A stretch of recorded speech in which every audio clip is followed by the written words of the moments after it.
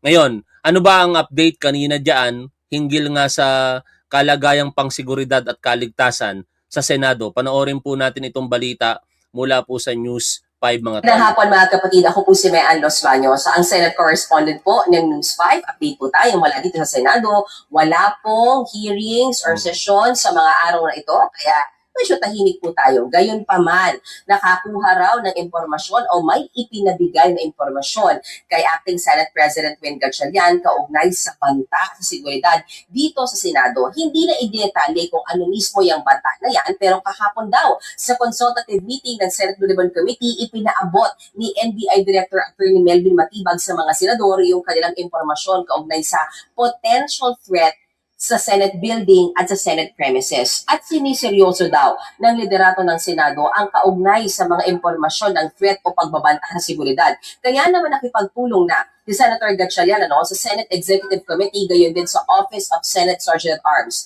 Mahalaga daw na masecure nila yung safety hindi lamang ng 24 na mga senador, kundi yung aabot sa 2,000 mga empleyado ng Senado. Sa mga oras na ito, lumabas din tayo sa mismong entrance at gate noong Senado at nakita naman natin na mahigpit pa rin talaga yung seguridad, which is like yung mga nakaraang linggo or nakaraang araw na sarado na talaga yung main gate palagi, ang pinapapasok na lamang dyan mga senador, empleyado, at accredited media na nagko-cover ng Senado. Nakadeploy din dyan ang mga pulis na nagbabantay. Pero nothing out of extraordinary pa naman or walang pagdadagdag ng forces so far sa nakita natin.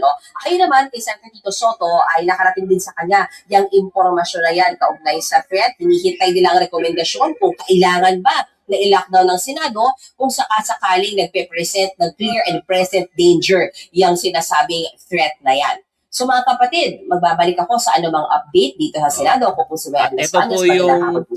Ito po yung pinaka-update ngayon sa Philippine Star. Nag-share po sila ng kaganapan dyan po sa Senado ngayong oras po na ito. Senate employees leave the Senate building in Pasay City at the end of the workday on Tuesday. Ngayon po, Senate President Pro Tempore Sherwin Gatchalian placed Senate Secretariat and Senate proper employees under a work-from-home setup. Mula po bukas hanggang June 11, work from home na po sila. No? Kaya tingnan natin ano ba yung susundin dito ng mga empleyado ng Senado. Pero malamang si Senator Sherwin Gatchalian ang acting Senate President kasi may kautusan din itong si Alan Peter Cayetano, although yun naman ay para sa June 12. Mamaya babasahin ko po sa inyo. At ito nga po, ipakita ko lamang sa inyo, papalabas na yung mga empleyado diyan po sa Senate of the Philippines. Mag-ingat po kayo, no?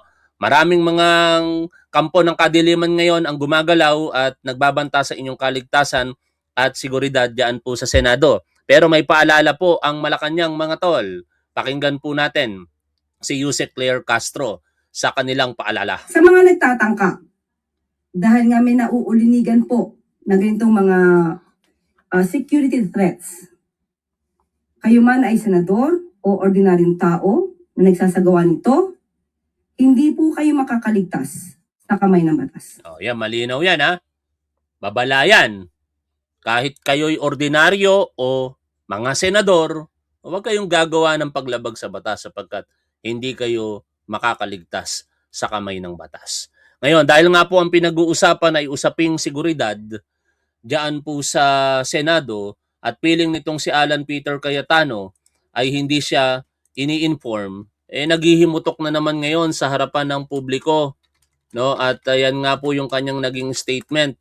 Ipa-translate po natin in Tagalog. Babasahin ko po sa inyo. Yan.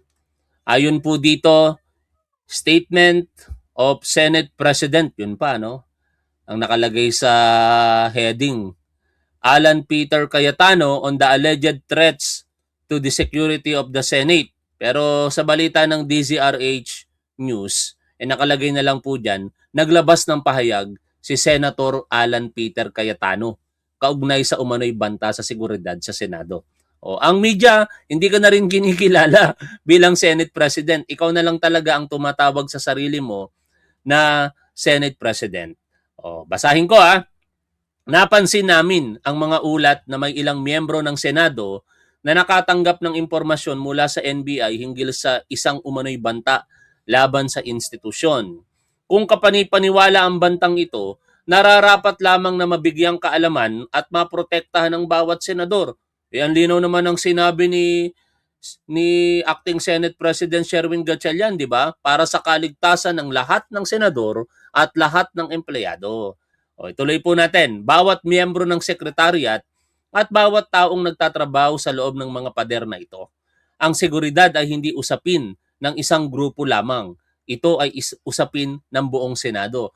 Pinalalabas dito nitong si Alan Peter Cayetano na sinisikreto sa kanila yung impormasyon. Ha? Pero ang tanong kasi, paano kaya yung suspecha? Katulad ni Atty. Jesus Palsis, may post siya. Paano kung kasama sila at kasabwat? Ipapaalam pa rin ba sa kanila ang maaaring contingency or action to be taken para sa seguridad at kaligtasan ng mga senador at empleyado? Yun naman ay katanungan lamang mula kay Atty. Jesus Palsis. Ituloy ko po yung binabasa natin pahayag ni Alan Peter Cayetano. Kaya simple lamang ang mga tanong, bakit ibinahagi ang impormasyong ito sa ilang senador, ngunit hindi sa iba?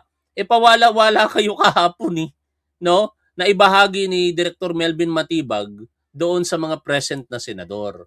Pero syempre, ipapaalam naman yan sa lahat. Kaya nga nag-issue ng work from home itong si Senator Sherwin Gatchalian, na babasahin ko sa inyo maya-maya.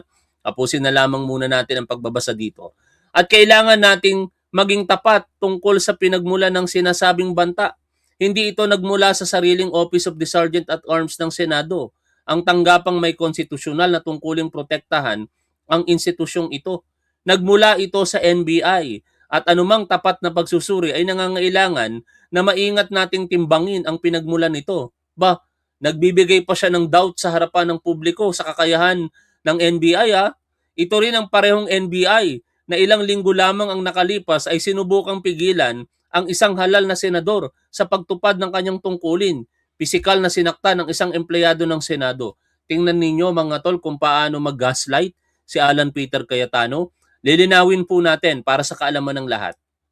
Ang NBI po ay nagpunta doon para po sa isang lehitimong pagpapatupad ng batas. Ito po ay ang pagsiserve ng warrant of arrest na balido mula po sa International Criminal Court. Kaya wag nilang sabihin na pinipigilan ang isang halal na senador sa pagtupad sa kanyang tungkulin. Dapat kabaligtaran nga yung isang halal na senador hindi sumunod sa batas. Kasi ang tamang pagsunod sa batas ay dapat isuko mo sarili mo. Pero ano ginawa niya? Nagtatakbo sa hagdanan kaya nagkanda rapa-rapa. Tuloy ko pa. Ang sinasabi dito nitong si Alan Peter Cayetano. At walang ingat na nagpasiklab ng armadong komprontasyon laban sa ating sariling seguridad sa loob mismo ng mga lugar na ito. Kasinungalingan po yung sinasabi ni Alan Peter Cayetano.